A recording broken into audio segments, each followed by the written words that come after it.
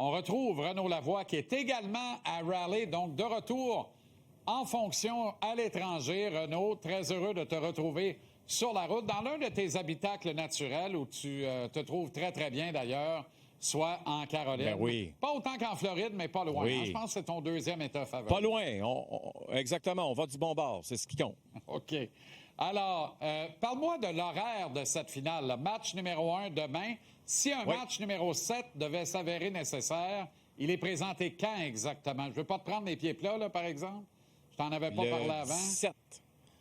Le 17 juillet. Le 17 juin. de juin. 17 juin. Mercredi, le 17 de juin. Ça, c'est s'il y a un match numéro 7 qui s'avère nécessaire. OK.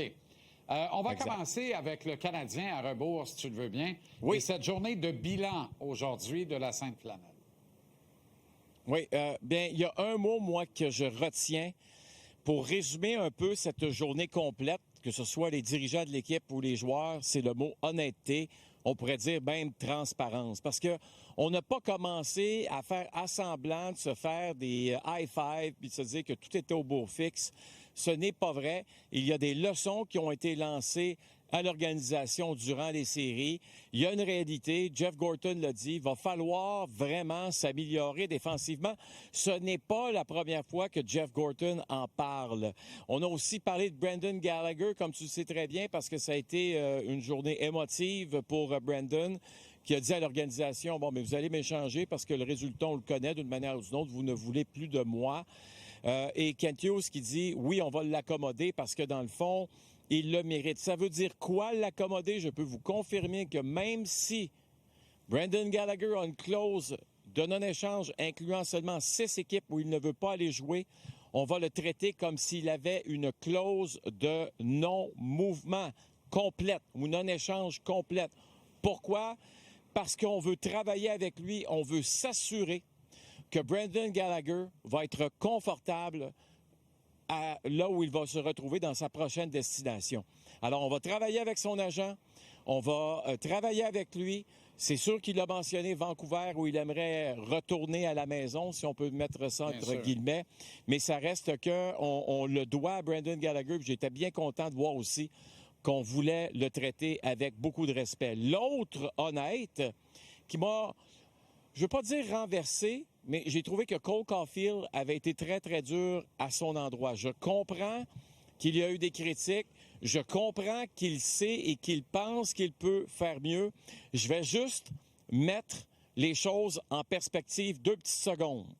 Pensez-vous que pour le Lightning, pensez-vous que pour les Sabres de Buffalo ou encore les Hurricanes de la Caroline, c'était vraiment compliqué le plan de match? Le plan de match était simple. Occupez-vous du premier trio, vos chances de gagner sont très grandes. Évidemment que le premier trio a connu ses moments dans surtout les 2 premières rondes, on va dire. Mais ça reste que il faut vraiment donner de l'aide à Nick Suzuki. Il faut que ce deuxième trio soit un trio qui se respecte.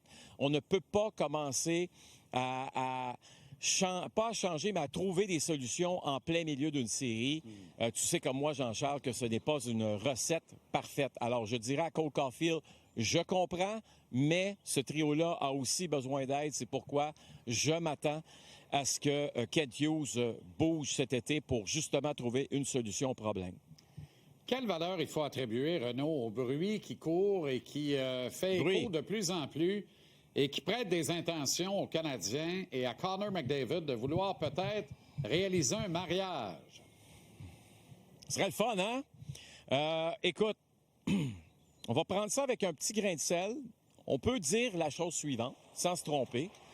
Si un jour Connor McDavid est tanné, où va-t-il se diriger? Vers une équipe qui n'a pas de chance de gagner la Coupe Stanley ou une équipe qui a de très bonnes chances de le faire? Il y a un agent quand même reconnu dans le monde du hockey qui m'avait dit arrêtez de parler de Sidney Crosby à Montréal. Vous devriez plutôt parler de Connor McDavid. Puis ça, c'était au mois de septembre. J'ai dit pourquoi Connor McDavid? Parce qu'il m'a dit écoute, Connor McDavid, Renaud, là, s'il veut gagner, là, il n'y a pas 150 endroits dans la Ligue nationale où tu peux gagner. Montréal devient une destination privilégiée d'une certaine façon. Par contre, tu as vu en fin de semaine des informations à l'effet que Connor McDavid a profité des derniers jours, dernières semaines pour magasiner une maison dans la région de Montréal pendant le Grand Prix. Bon, alors, Connor McDavid n'était pas au Grand Prix de Formule 1 à Montréal. Il n'a fait aucun magasinage de maison. Sa conjointe, son épouse, y était. Elle était ici pour un événement où elle avait été invitée, mais point final. Alors, il faut faire attention aussi avec toutes ces rumeurs-là qui circulent. Ben oui. Est-ce que ce serait bien de le voir un jour dans l'uniforme des Canadiens de Montréal? Oui, mais il y a encore beaucoup de chemin à faire là, avant qu'on se rende à cette possibilité, je devrais dire. Oui, effectivement. Finale très spéciale pour le Québécois William Carrier. Et enfin, il retrouve son épouse de son côté. À prendre pour le bon club. Oui, j'adore ça. Mais en même temps, il affronte, d'une certaine façon, des amis. Des gens avec qui il a remporté une Coupe Stanley, rappelle-toi, il y a 3 ans. Lui, c'est sa 3e finale, hein? Il me l'a rappelé aujourd'hui en entrevue. C'est ma 3e finale, il a donc raison.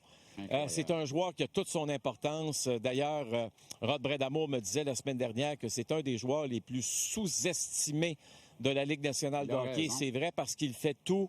Oui, il fait tout très, très bien. Maintenant, cette optique, Jean-Charles, d'affronter des gars avec qui tu as célébré là, une conquête de la Coupe Stanley, ça doit être spécial de vivre ça. On va écouter l'extrait sonore suivant. On me dit qu'on ne l'a pas, Renaud, malheureusement. On ne l'a pas. C'est très simple. Il disait, William Carrier, que, tu sais, il ne voulait pas rentrer dans les clichés, mais à quelque part, tu n'as pas le choix de tourner la page. C'est sûr que quand tu parles, admettons, chez Théodore, il connaît William Carrier. Je peux te dire une chose.